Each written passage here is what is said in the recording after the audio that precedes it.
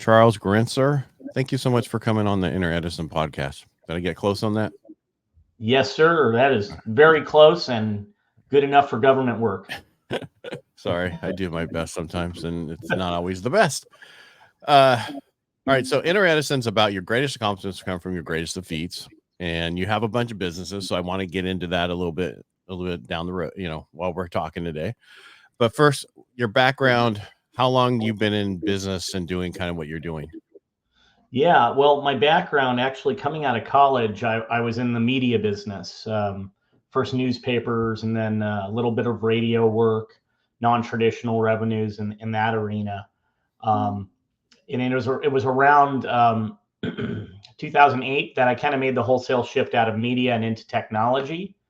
And so at that time, I was a C-level executive for a technology company that wound up going public. But through all of those iterations, I really didn't have the opportunity to do my own thing. I was working for someone else, a salary man, if you will. And it was during that time that I met the partners that I would ultimately collaborate with to create a venture studio. And that's basically what I've been doing for nearly the last decade. And most of that work involves getting involved with founders and startup technology companies, not only as check writers and investors, but also as participants and advisors in the business. So venture studio is like a VC. Is that what I'm hearing? Yeah, a VC, a traditional venture capitalist, writes a check and then might participate sometimes on the board of a company. A studio is a little more workshop-like, where the expectation is not only to help with capital, but to also help with know-how. So like an incubator, kind of like an incubator. Yeah. Yeah, incubator is a good way to look at it, or a hothouse, something along those lines. I think incubator's nicer. Yeah. Most of the companies in our portfolio are, small businesses focused predominantly on technology, but technology that services the SMB class of customer. And So what's SMB class for people who don't understand? Yeah, small and medium-sized businesses. So we're not selling to the Fortune 1000, big business. We're selling to mom and pops in different capacities. We have a few companies in the hospitality industry. We have companies that focus on marketplaces and gift cards, for example. We have one company in the portfolio that focuses on the automotive industry, on the inventory side. So even in a big industry like auto, we work with independent dealerships, and those fall into the small and medium-sized business class. So there isn't really one. What's the one thing that holds it all of them together that you focus on? Because I mean, these are all over the gamut. So there's something you look for in each company. Yeah, technology, predominantly models that are 90% of our companies in the portfolio are software as a service. So it's SaaS. It's a recurring revenue model that we're attracted to, because that's a revenue model that stacks over time. Mm-hmm. That being said, we do have a few in the portfolio that are more lumpy businesses, sort of one-time pops, and maybe some continuing support contracts. But the most attractive businesses to us, and really to almost anybody in the venture world and technology, is a sticky, recurring revenue model. And that's something that we are most interested in at our venture studio, Relentless. Because a lot, and what people don't realize, but the SaaS, somebody will sign up for it and start using it, but then forget about it, and they don't use it, and they don't cancel that payment sometimes. So it's not a bad thing. They just I don't know how much it is, but that's $97 a month. People forget about. They do. Our general business principle is to do everything we can to encourage the use of our products, and of course we've got a fairly consistent model to remarket to our existing customers the features and benefits of the product. We have 24/7 support, and so we are certainly there to encourage the use of the product, but that does bring to the table an interesting model. And actually the industry that perfected it is the gym industry, mm-hmm. right? Mm-hmm. You've got a local Planet Fitness in your neighborhood. You walk in there any given time of the day, and you're going to see around 17 people working out, but they have probably close to 1,800 members. Right, because it's $10 a month. Exactly. So there is definitely some truth to what you're saying.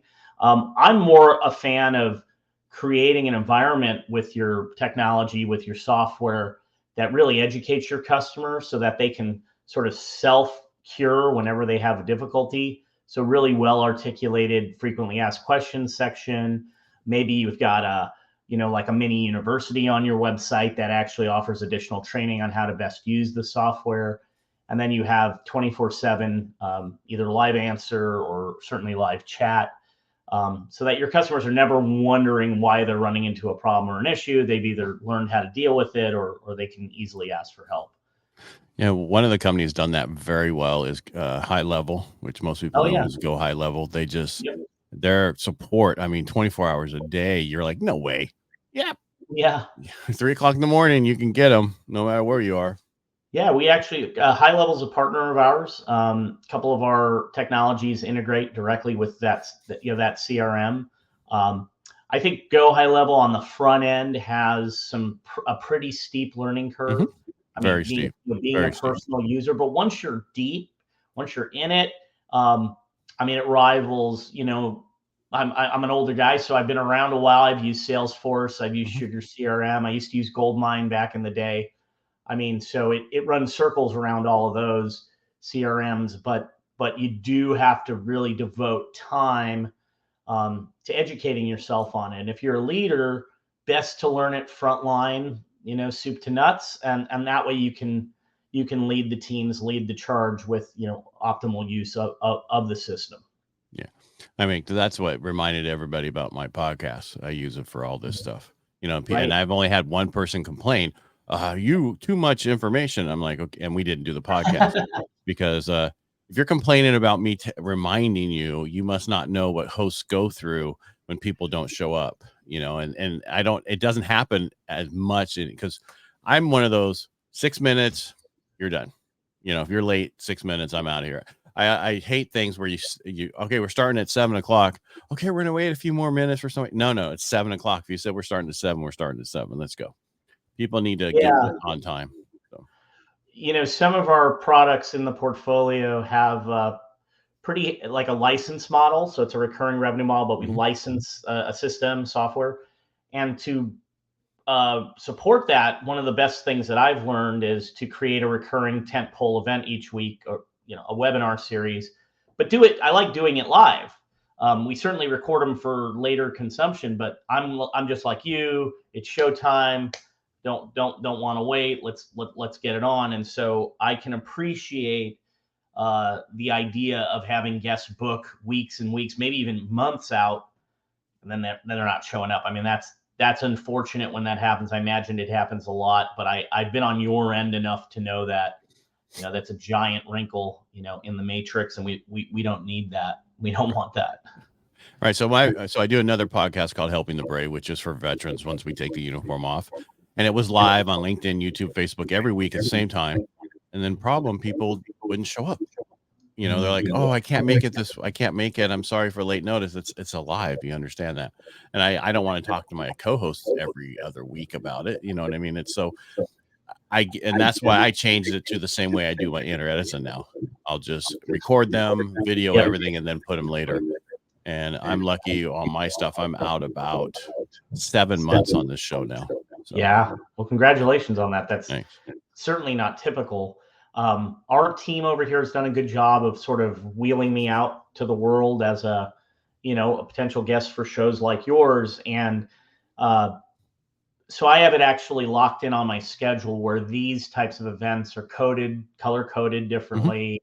My internal alerts go off, and I appreciated the text reminders and things of that nature. It's very, if anything, I actually felt just taken care of as a guest.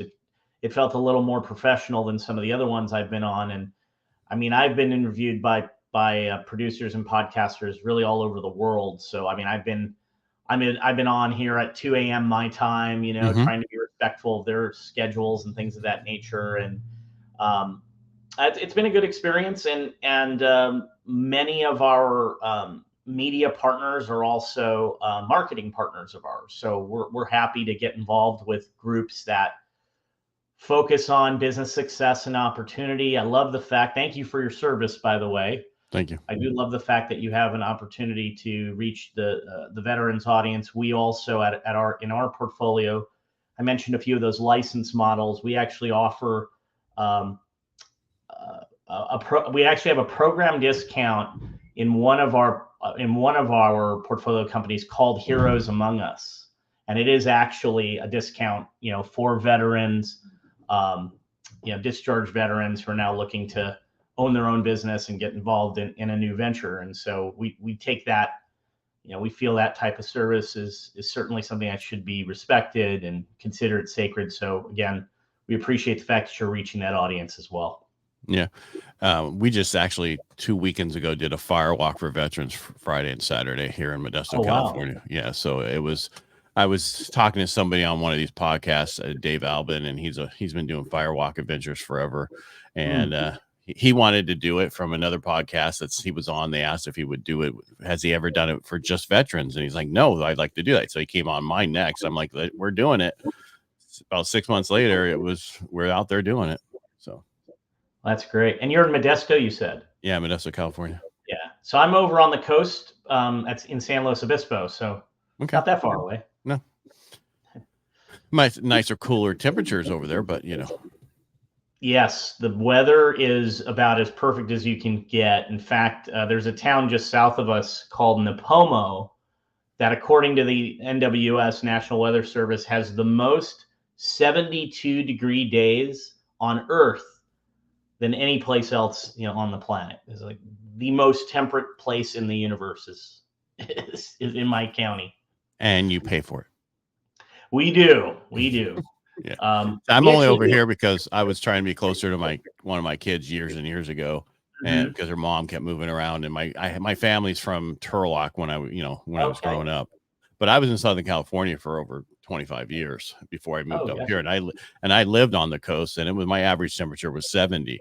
So when I got here, my average temperature went from 70 to 100 during the summer. That was a little different. So yeah, we actually do some business with some outfits out of Fresno, so we make that drive up that way often and spend time up there. Yosemite is one of my favorite places on the planet, so I'm up in the Central Valley all the time. Okay. All right. So we're talking about, and let me know about the Helping the Brave. Let me know if you want to talk about that series on there, because we're always looking for people to come on that one to help anything that so we have veterans talk about their transition, what they went through, what they're going through, and where they're at, and then we have other people come on and how they can help veterans. Oh, great! Yeah, I think I have some things I can share there in terms of opportunities. All right, let's get back to your business though.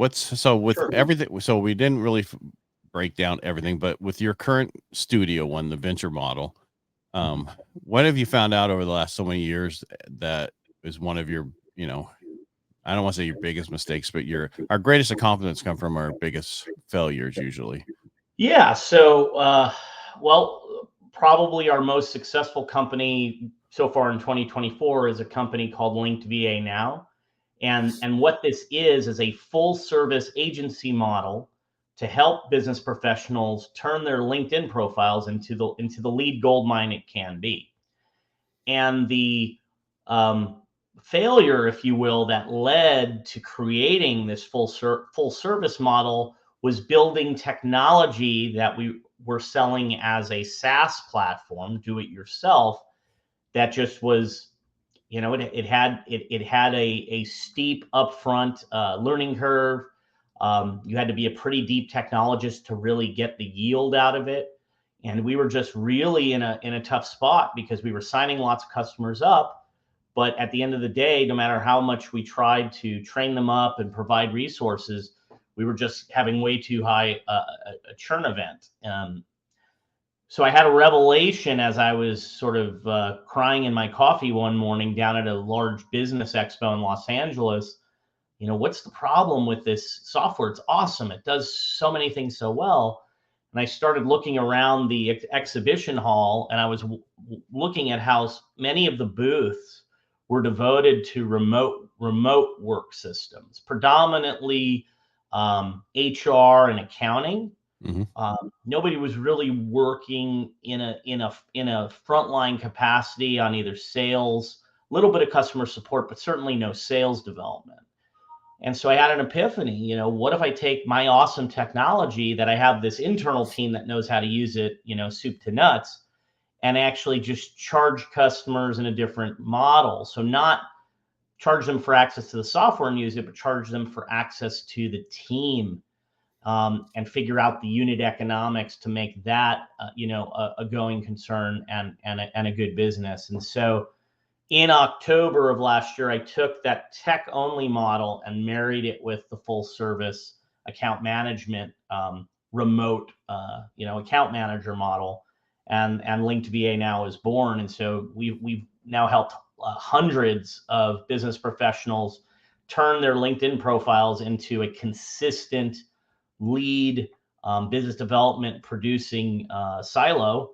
And we've got fantastic, recurrence rates, very low churn. And we're able to do it affordably because I've been doing this for my own internal teams for a decade. So I took an internal SOP, a failure point in market with a tech product, married it all together and turned it into my newest business. So it was arguably my biggest failure, turned into what is now, knock on wood, but been a giant success for us in 2024. So how does it do that? So our team will, once we get a customer that is, raise their hand and they're interested in getting involved and they sign up with us, our team will onboard that customer. They will then effectively hook our software, our system into their LinkedIn profile.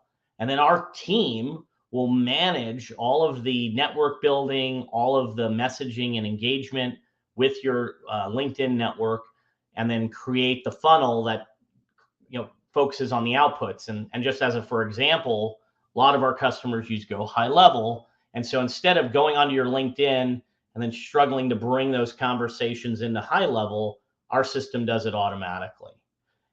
On top of that, you've got an actual human being who is accountable to you and your account manager who will be delivering a weekly report showing you, hey, what am I paying for here? Well, you're going to see it on a weekly basis. How many conversations, how many new connections, and then ultimately how many qualified leads are coming out. See, the world of LinkedIn is an important one because it is remained true to its original form to be a place for business. And that has not changed in the 16 years, that it's been in existence. And there are now over 1 billion monthly active users on the platform. So it's a true force to be reckoned with. But Pew did a study of LinkedIn use late last year, and the basic assessment was that 3% of standard users were doing it at a masterful level. So 97% of the people on LinkedIn are doing it inadequately or not well at all, or they're mortified by their profile, and it's a bad picture from many moons ago. The email is going to an email from 3 emails ago. Their CV is not updated. They have no recommendations. They just don't have a lot going on LinkedIn, and so therefore it's more of a liability. Our system cures that almost overnight, and then more importantly stays on behalf of the customer to continue to see outputs to their CRM, so that they're focused on leads and meetings and development, and not just in the sort of nexus of their LinkedIn profile trying to figure out a clever message to get more connections to connect with them. And the price is about what a Go High Level account is? It's $697 a month. You have 2 versions, don't you? $697. That's for 2 or more profiles. Yeah. Sorry. Yeah. So some outfits will, some of our customers have come to us with their, entire sales team, and then we do offer a break for multiple seats at $497 a month. But Gotcha. one of the things that we do, for free for really anybody looking to get involved with the platform, and certainly something we'd like to offer your viewers and listeners, is we are willing to do a free profile audit. And so I'll walk you through the process of being able to disseminate that information in that link. And folks can certainly come through and experience an objective view of what their LinkedIn profile looks like. We'll even give them a guide on how to improve it. And they'll be able to do that with a free consultation with one of our account managers. or you guys can just do it also. But see, you know, building a better profile is really just the beginning of it. Yeah, I understand. Yeah, the level of attention you have to pay to your LinkedIn profile to get the right amount of yield from it is pretty significant. I mean, it's certainly hours a week, and for most business owners, uh, that is time they don't necessarily have. Um, you know, whether they're anyone from a chef with a catering department making sandwiches all the way up to a high level industrial sales vice president. um, there aren't enough hours in the day to do it right, so why not just hire someone to do it? And for $697 a month, you'd be hard pressed to even hire offshore resources to do it for that price, that level of investment. And we're able to do it at scale because I've already got the team. And I said it a bit earlier, this was my internal SOP, was to turn the LinkedIn profiles of my founders, others in my cohort with each of our portfolio companies into something meaningful, something that can be counted on to actually bolster the business.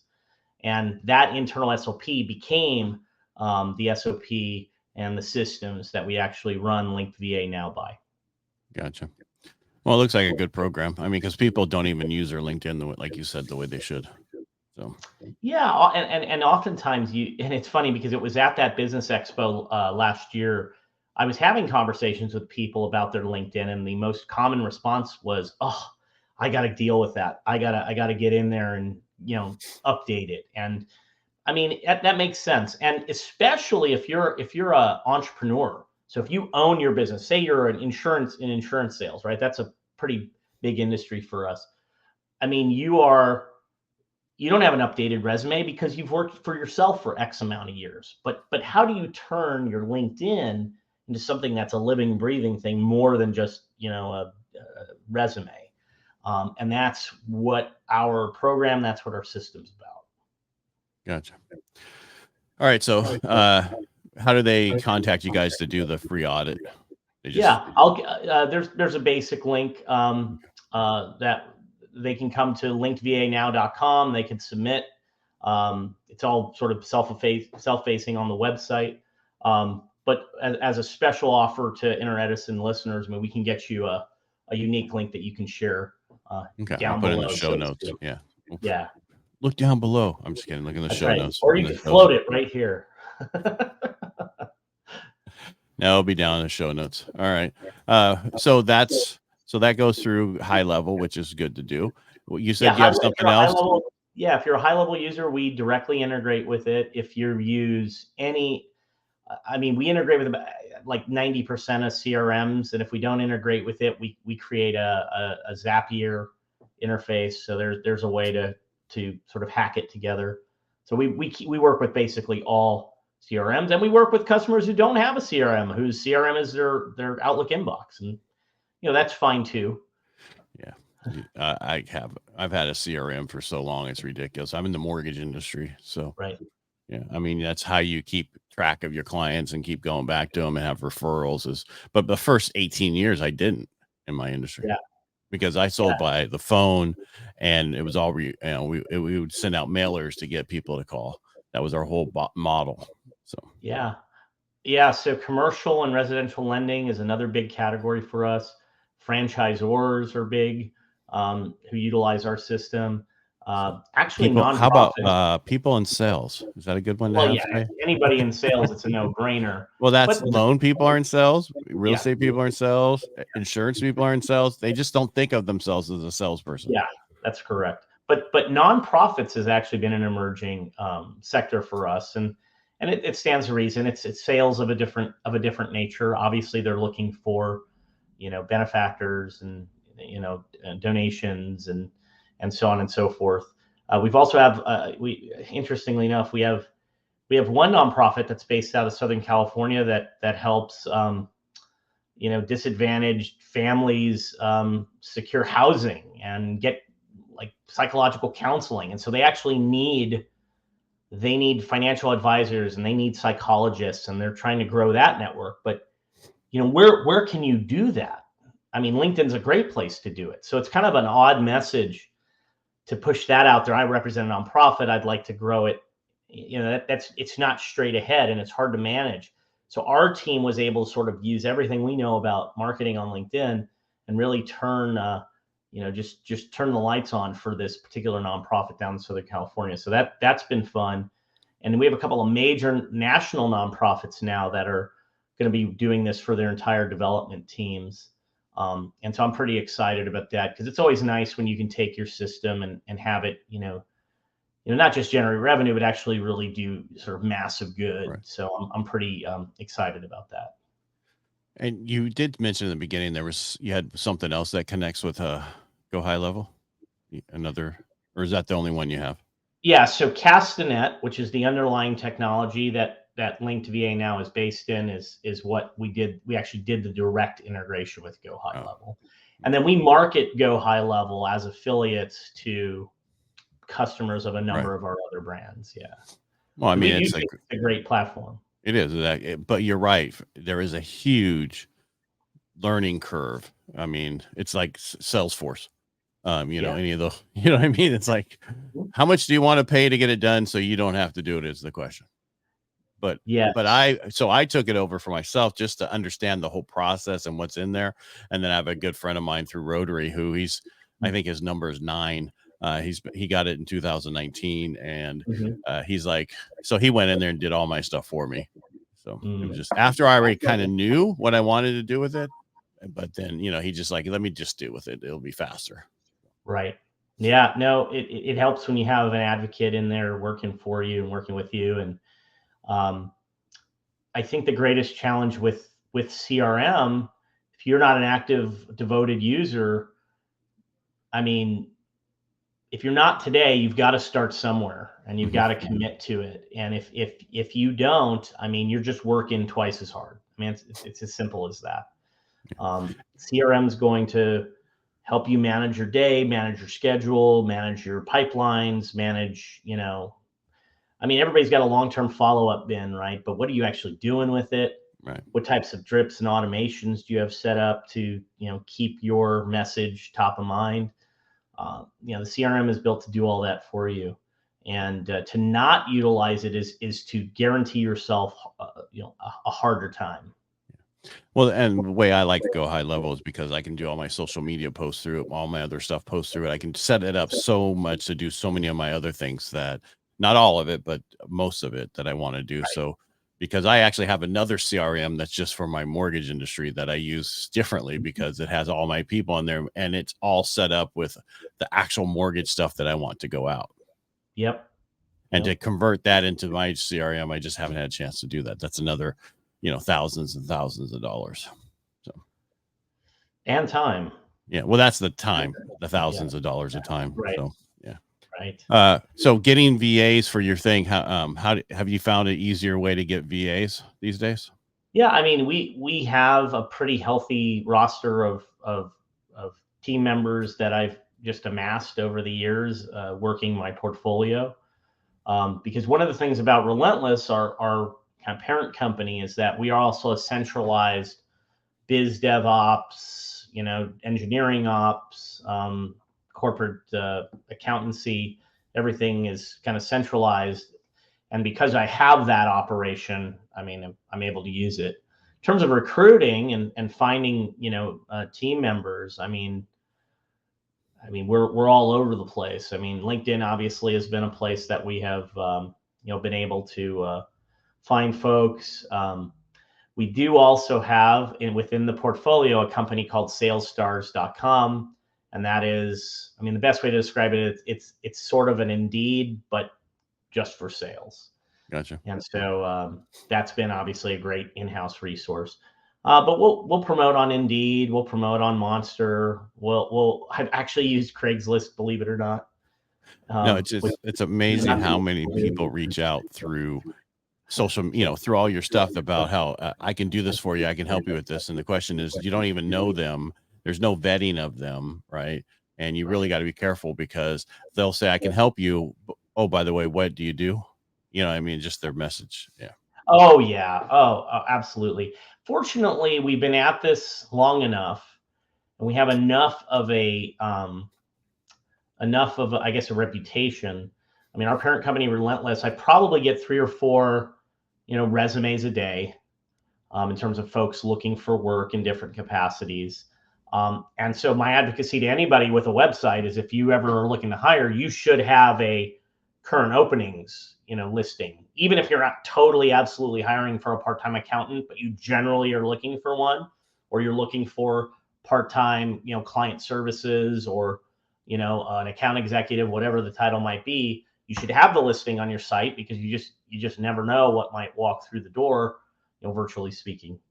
So I'm a big fan of maintaining that kind of ever-present recruiting arm, so that you can continue to reflect and refine and build your workforce up. All right, Charles, thanks for coming on the show today. How do people find you? LinkedIn. Yeah, LinkedIn's a great place to find me. That was there a aren't joke, many by the way. Charles Gerencers out there. Yeah. But I'm pretty active on there, so anybody who reaches out will hear back from me. And then our parent company is berelentless.com. That's also a fairly easy one to find. And then in terms of the opportunity to have their profile evaluated, linkedvanow.com is the best place to do that business. Right. And we'll get you the code down below. Just look in the notes down below. We really appreciate it. And again, Charles, thanks so much for coming on the show today. I really appreciate you having on Edison Podcast. Thanks, Ed. Appreciate it. All right, everybody, make it a great day.